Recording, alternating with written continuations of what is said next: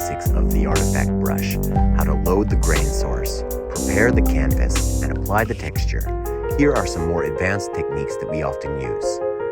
I have a badge here with 2 colors, both colors saved individually as black and white JPEGs, 3000 pixels by 3000 pixels, squared, and loaded into the grain source of 2 duplicated and renamed brushes for reference.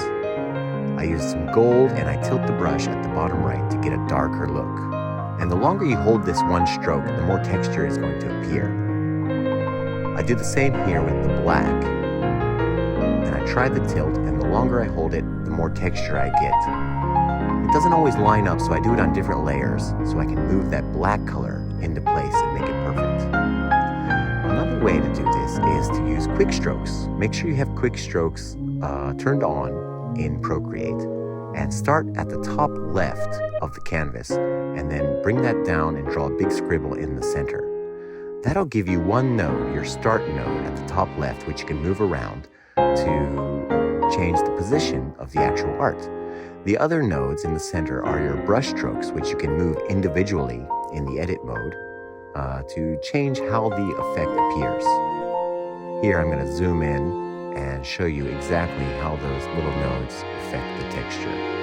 You can have so much fun with this all day. I play with this all the time. Next, grain scale is another way to add expression to your art. Change the grain scale from 71 down and draw it again. That'll add more texture in different places instantly. You can blow that up for a vintage blurry look or keep it that size to fit in another image. Another thing I do is texture pairing.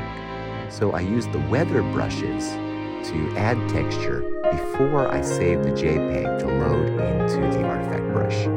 So I have some ink blots and then I have some white cracks, which I'll save and load into a renamed brush. And as I apply that, you can see the cracks are there. And it adds a nice bleed the way the brush uses those cracks. And then here we have the ink blots.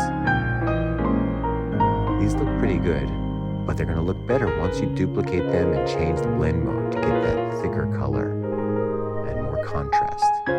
So these are just some tricks that we use all the time. Try out different weather brushes on your art and see how it goes for you. And then I like to add a background, black and white, nice and simple, and it makes it pop.